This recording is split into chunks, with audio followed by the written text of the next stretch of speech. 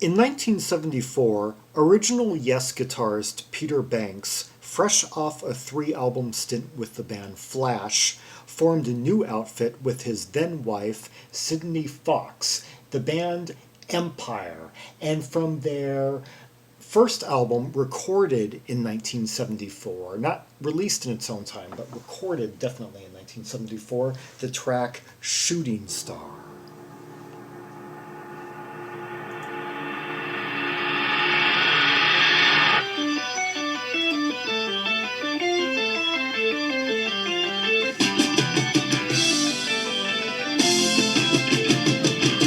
Okay, very much picking up in the tradition of the last two bands he had been in. A lot like Flash in that it's got the that really raw sound and kind of some like interplay that you can recognize from like the first two albums in particular that they put out in '72. A little bit more organ though than Flash ever had because Flash barely had any organ except when Tony Banks guested on the band's first album. Yeah.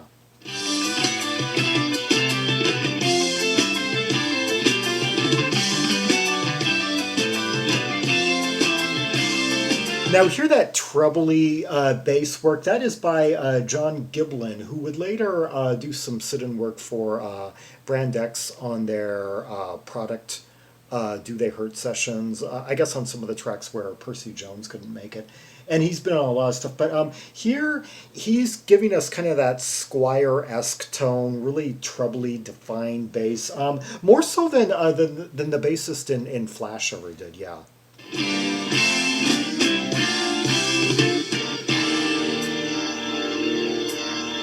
Oh, throwing us into that kind of like odd chord that's kind of out of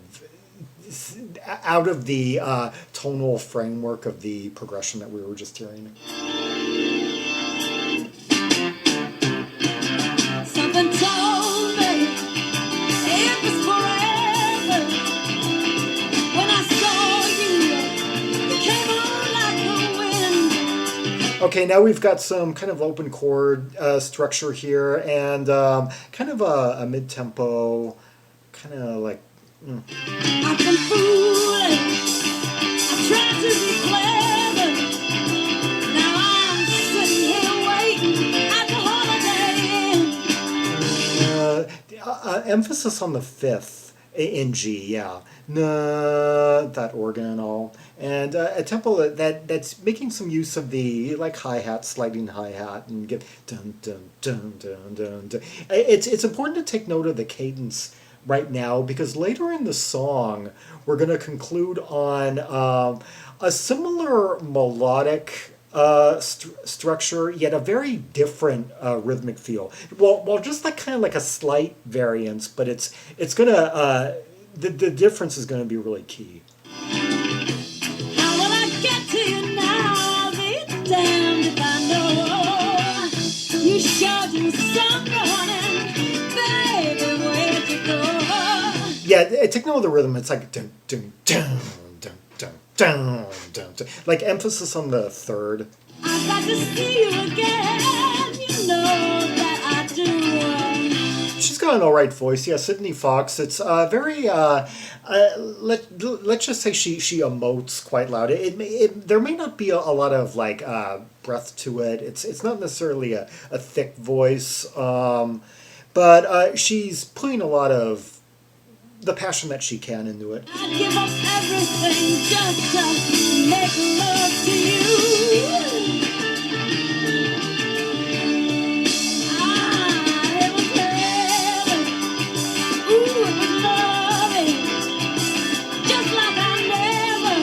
Oh, I love that key change right there. Yeah. So right there is G with the emphasis on the fifth D. When I woke up, something inside me. And then C with I'm kind of feeling a D over that, so a suspended second.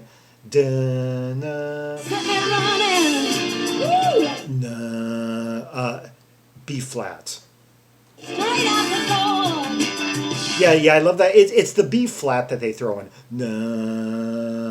It's B flat. I think it's B flat major 7.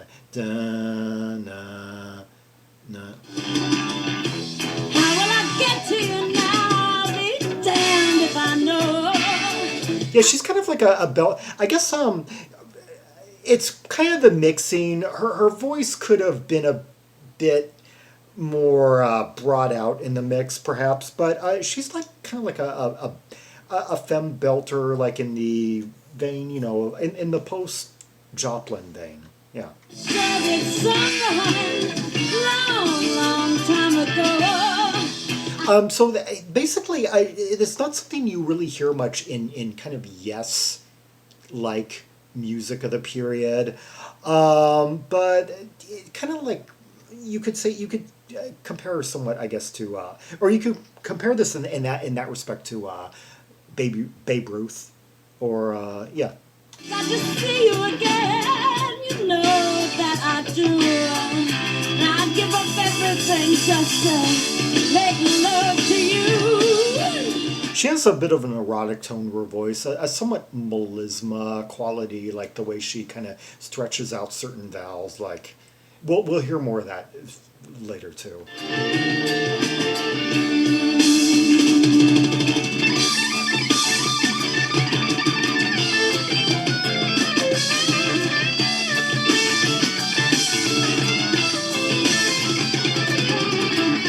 And now finally Banks is really asserting himself. It just occurred to me that throughout all the first 2.5 minutes or so, I was basically noticing her, and I was noticing John Giblin's bass work, and I was noticing Jakob Magnusson. Oh, is that... Actually, Peter Banks himself is credited with some of the keyboard work on here, but Jakob Magnusson, yeah, that... Oh, I didn't know that he was on this. Yeah, the Icelandic... keyboardist who's done session work and put out some jazz funk albums in the late 70s. Even kind of went sort of new wave for a time. Yeah.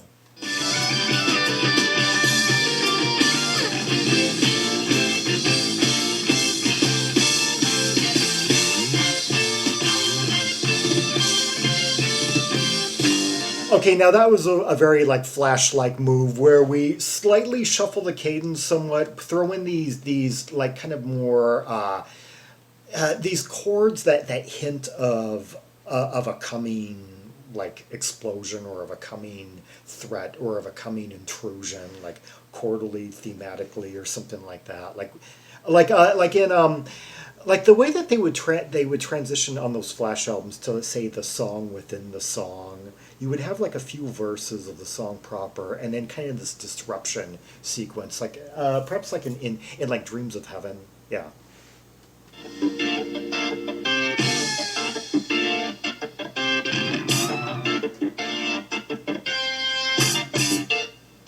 Okay, now we're going into this heavy organ, like kind of song. Well, this song is actually divided into 4 parts. What we just heard was From the Top, and now we're going into part 2, Common Ground. Yeah.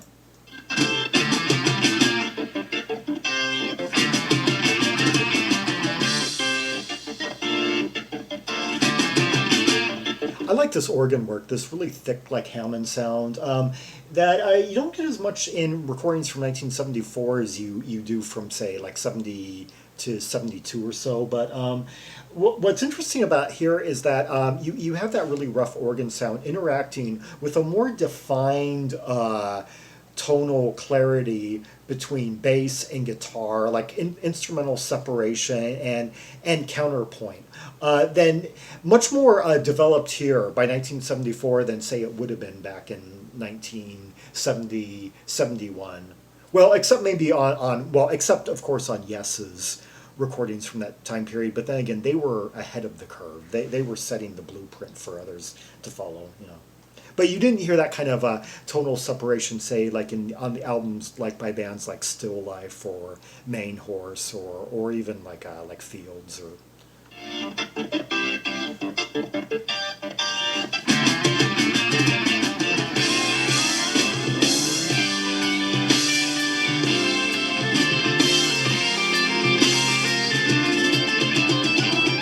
Peter Banks giving us those kind of like Starlight type of leads that he is prone to do in tracks when things kind of stretch out, and we're getting a slightly altered version of the rhythm that was characterizing the verses in the last section.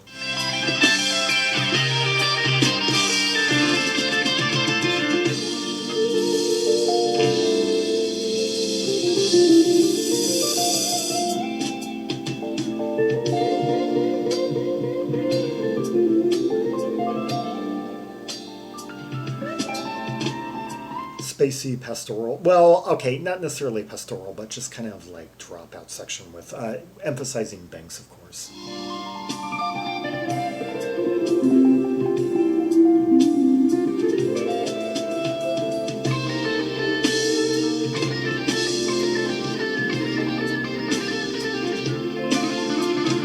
Oh, those parts where they land like on a chord, like on a minor chord, that's kind of that you wouldn't quite expect them, like C minor. That was somewhat unexpected considering the sequence. From in relation to some of the other chords, and it's just such a great bedrock for that soloing that kind of runs the gamut between lyrical sustains, crying notes, and like faster runs.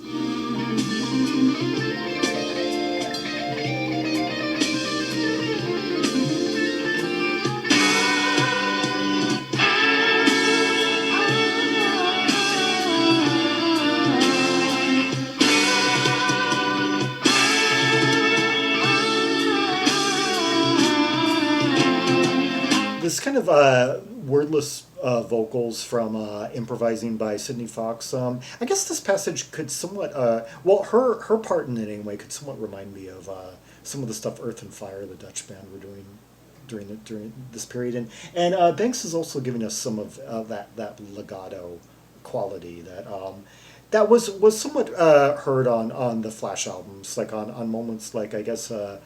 The jazzy sequence in the middle of soloing in the middle of Dreams of Heaven, yeah, kind of somewhat you could say influenced by Jan Ackerman, and somewhat akin to what Ole Hazel was doing during that period too. Yeah.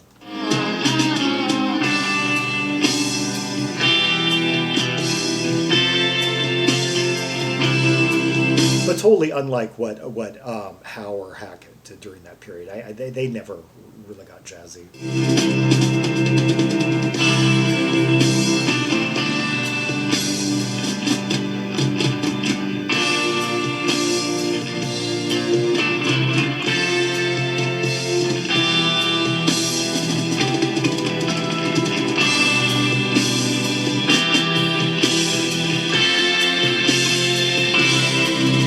Okay, and now the drumming is really starting to rise a bit more to the fore and make itself heard. And the drumming that is credited to Preston Ross-Heyman, who later turned up in the Tom Robinson band, and he was on Atomic Rooster's 1980 self album. Yeah, great album that was. Yeah. Yeah, Atomic Rooster, the band with two peaks, 1970 and 1980. And he was on the Wilding bonus album, Pleasure Signals, and a bunch of other things, Kate Bush, Noel McCullough. And I had to point that out because there's another drummer credited, although I'm not sure which tracks he plays on, but that drummer being Phil Collins. Yeah.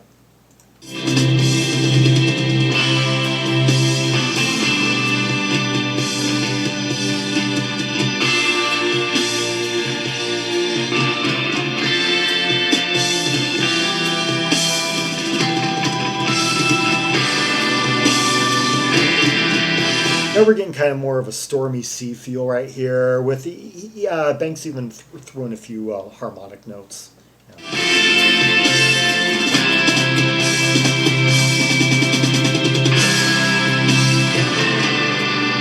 Okay, we're less than halfway through, but I'm wondering if we're already in part 3, Iceland on the Rocks. I say that because I'm just getting kind of a stormy vibe from this. It kind of has the feel of like water splashing against the jetty, sort of.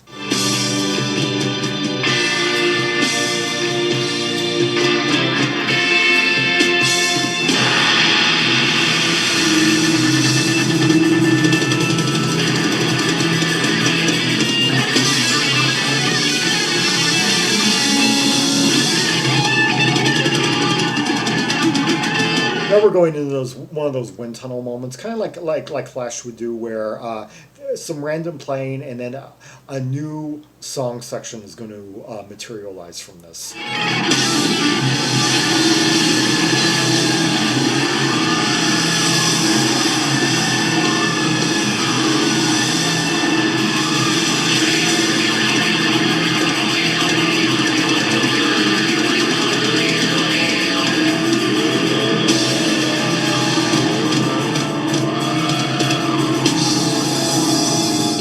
just like free form moments, kind of like evoking like the German scene somewhat.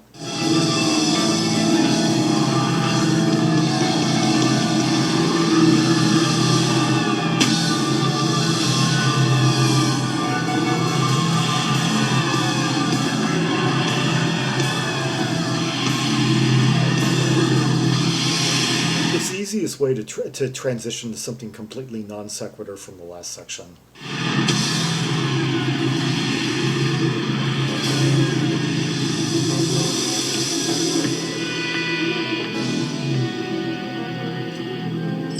It's worth noting that I guess this band evolved out of a live jam band called Zox and the Radar Boys. Yeah, that formed in July 1973 by Phil Collins. Yeah, so that would have been something that I guess maybe tied in with Peter Banks' solo album, The Two Sides of Peter Banks. Yeah, because Phil Collins was on there. Yeah.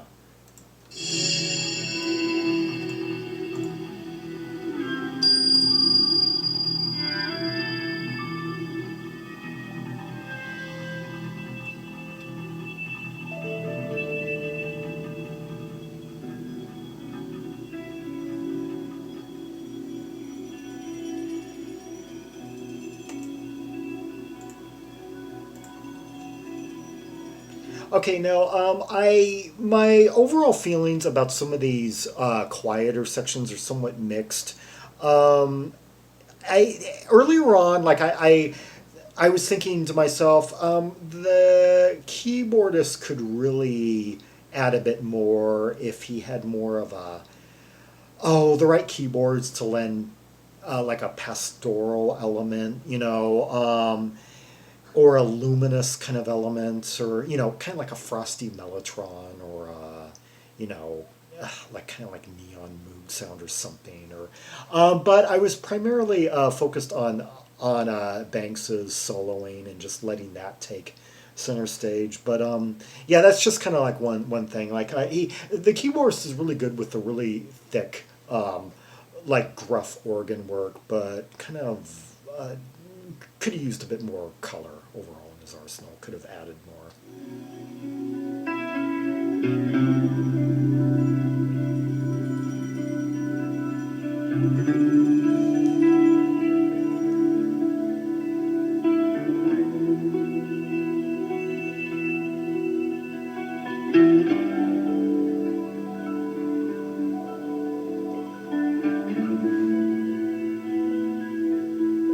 Some of the way that bass is kind of like echoing, I'm hearing kind of like a Loeslin effect somewhere, I think.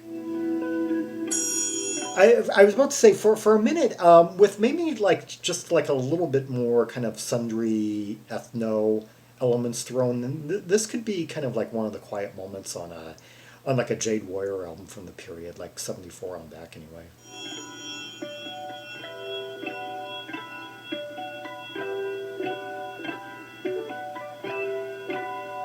Oh, harmonics, yeah. Yeah. Dun, dun, dun. You know, the pull off technique, the octave or seventh or fifth fret pull off.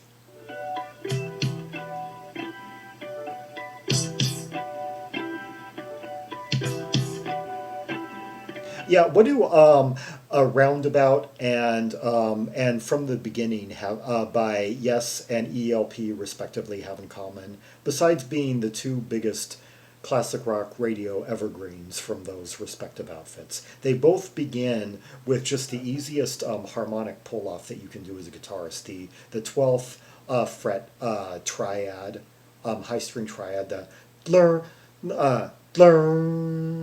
Of course, an octave higher than the way I was doing it, but yeah.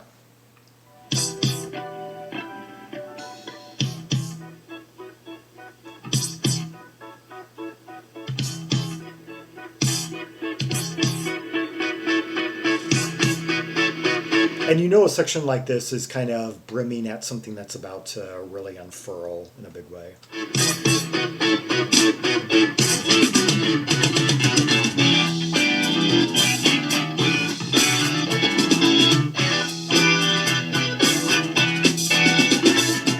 as far as 1974 recordings go, this mix of like really trebly, Squire-esque bass and kind of like Fields-esque, rare bird type, like heavy organ work, and like lots of like counterpoint, really clear. Is even though it's not really like anything that was being recorded in England circa 1974, the Swedish bands, well, what's their name? The band with a really complicated name that I did a video on, and the band Blackula, yeah, those two acts, yeah. I don't know why it is you let me fall without you, and maybe high time to feel close my eyes. Okay, after quite an absence from this recording, Sydney Foxx is reasserting herself and really going into kind of her sort of erotic melisma. And oh yeah, the band Treti Riga Kriget, yeah. One of those names that I recognize on paper, but hardly know how to pronounce. I see you there, reaching out to touch me. Why can't I touch you? Okay, yeah. Okay, so she's talking. I guess the guy that she's talking to is kind of, up above mere mortal status. Why can't I touch you? Baby, you're like a shooting star. You said that you love me, baby. I don't know where you are. I can just picture her like singing this and kind of like throwing herself back and like swaying side to side in that kind of 70s sort of let it all hang out, like almost kind of like inebriated quality of performance that just was like the product of a certain place and time. Yeah, and it looks so like such a time capsule, like if viewed like 15 to 20 years later, like in the era of like austerity, you know. Oh, foolish me, oh.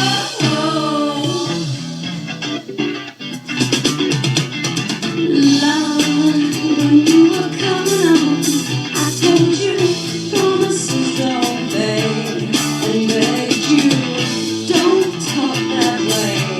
It's all a lie. Okay, now the riffing, basically the structure is centered around that really thick bass line that's almost functioning at this point as like a rhythm guitar. It's like so thick, and some of that thick kind of like Loeslin sound that's like circling it, that almost kind of blurs the line between organ sound, or maybe it could be kind of like some scratchy kind of heavily Loeslin riff. But I don't know. I need time to think, there.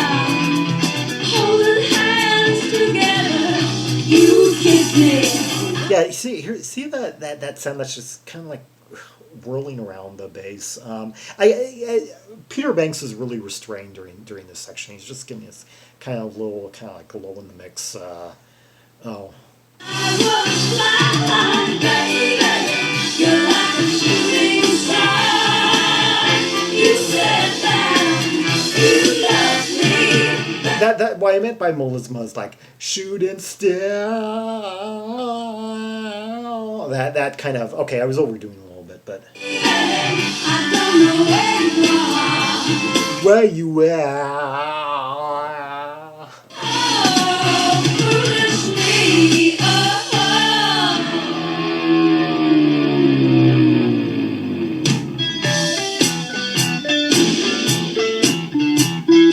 Shooting star. Okay, at this point, I've officially lost count in the number of different sections that we've gone through with their own slightly altered, rhythmic quality from the preceding section. Definitely a lot more than 4. Shooting star. Really close cadence here. Shooting star. Emphasis on twos, really just framed by that tight bass and Okay, Sydney's just kind of panning from side to side, and Peter Banks.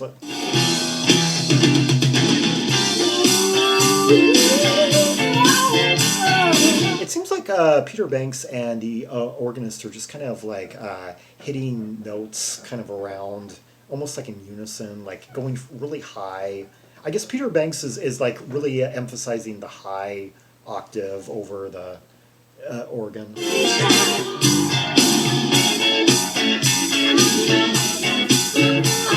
Yeah, I think I'm hearing some Leslie guitar over Hammond, and you know, of course, like the Leslie effect kind of makes certain guitar notes sound kind of Hammond like. That's why like there's some recordings from like 1969, 70 when the effect was at its peak in popularity, where there were moments where it was hard to tell one instrument from the between those two instruments, certain moments. I don't know, like on the it was heavily used like on like the Blind Faith album.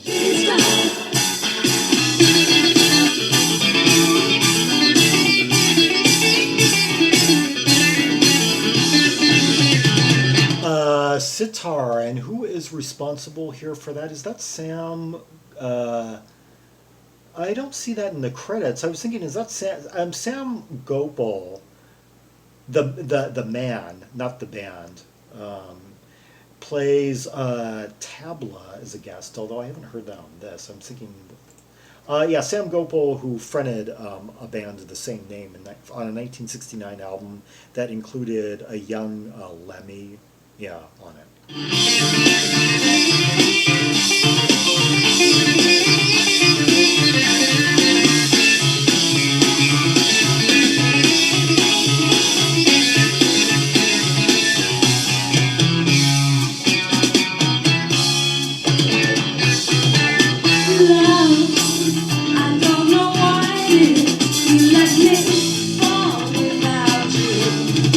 Now the drummer is really starting to play against the rhythmic structure. Is really starting to kick up a lot more dust and just kind of like violate that in that glorious like 70s way where everyone's just trying to put as much fills in wherever they can.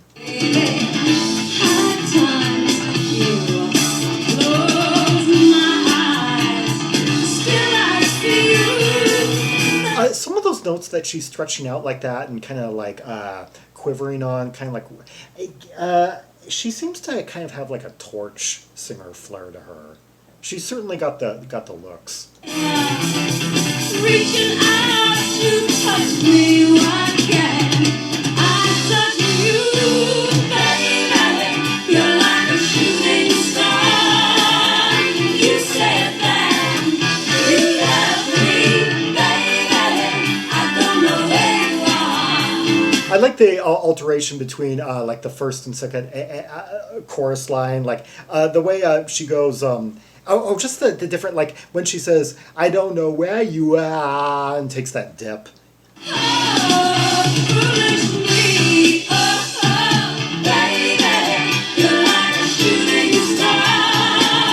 I also like the harmonies right there. How the harmonic nuance that they're creating over that line. Baby, you're like a shooting star. Yeah.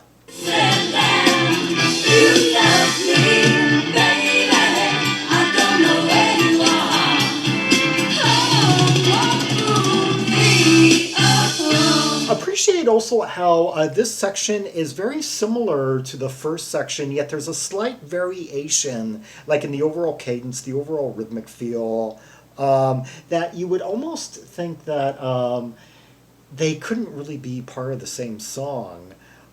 Just two different yet similar tracks, and yet all the sections that we went through over the course of 12 minutes allowed us to arrive here from there, yeah.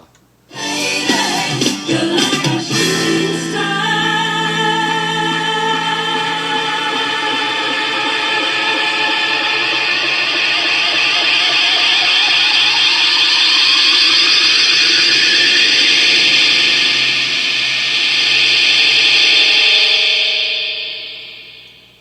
And the whole thing just got swooped up like into a quasar like that, yeah. Just kind of like on a record from 1970 or something. Yeah. Or I'm kind of in a way I'm kind of thinking of the end, the non sequitur, just kind of unexpected end to Yours Is No Disgrace. Yeah. Yeah, that was Empire with Shooting Star. Yes, recorded in 1974 and released 21 years later on One Way Records under the title Mark One. Yeah, the Archivist label that released three Empire albums in the mid 90s, each recorded in 1974, 1977, and 1979, I guess, respectively. Yeah, Mark One recorded in London with English musicians. The other two recorded in LA after the couple moved to. I guess they were actually broke up by the time but they remained music partners. Yeah, and yeah. Some people have commented that it's kind of like a rare opportunity to hear that kind of post Joplin-esque femme belter type soul rock quality in kind of more of a Yes Flash style symphonic hard rock framework. What I say to some, or that was said by some of the commentators back in the 90s, the earlier net, like the guy that did the Mellotron website in particular. And I don't know, I'm just thinking maybe he just wasn't familiar enough at the time with bands like Babe Ruth or bands like Fusion Orchestra or Goliath, the Manchester Goliath from 1970, or yeah, various bands, Dada, maybe. Okay, Dada weren't quite like this musically, but just the some of the more like some of the female fronted jazz rock, vaguely, or jam rock UK bands of the 1970s. Although this band was what made this recording I would say most unique is that it was like the one recording out of England that had kind of more that mixture of say 72 era kind of purple and deep purple and like 71 Yes elements in a way that you weren't really getting on the English scene by 1974. It was being picked up more like in Scandinavia at this point, and so it's a rare time to hear those kind of like heavier, gruffer elements, but all really played with just utmost tonal separation that had only really been developed by 1974 for the most part, that you weren't really getting back on the English scene back in 70, 71, yeah. Yeah, anyway, Empire put out some great albums that should have been released in their own time, but regardless of the release date, this was 1974 to a T, yeah. For more Rubies and Sapphires from the Empire recordings, see the directory of albums by English E artists linked in the description below for Red Hot Tracks and Purples from the first two albums anyway. The third I haven't quite worked through myself, but I still got it there, as well as many other E artists like like Easy Street, Echo and the Bunnymen, Everything But the Girl, The Eurythmics, Elton John, Emerson, Lake and Palmer, East of Eden, Eyeless and Gaza. Yeah, I may as well like read some of them off while I got the page up. Electric Light Orchestra, Elias Hawke, Elixir, Elkie Brooks, Ellis Baggs and Howard. Yeah. Elvis Costello. Yeah. The Elton Motello. Yeah. The one of the over 159 titles currently. So one of kind of like the mid-sized letters in the English artist alphanumeric directory, but full of great stuff nonetheless. Like and subscribe and follow me on social media and share the video and leave a comment if there are any observations you have about the track we just heard, the layers, the instrumentation, the counterpoint, the interplay, the vocals of Sidney Foxx, the sections that we heard. Yeah, what section stood out most to you? Yeah. And until next time, this is Zaragon, the world's most ear-traveled Tremaximist, signing off.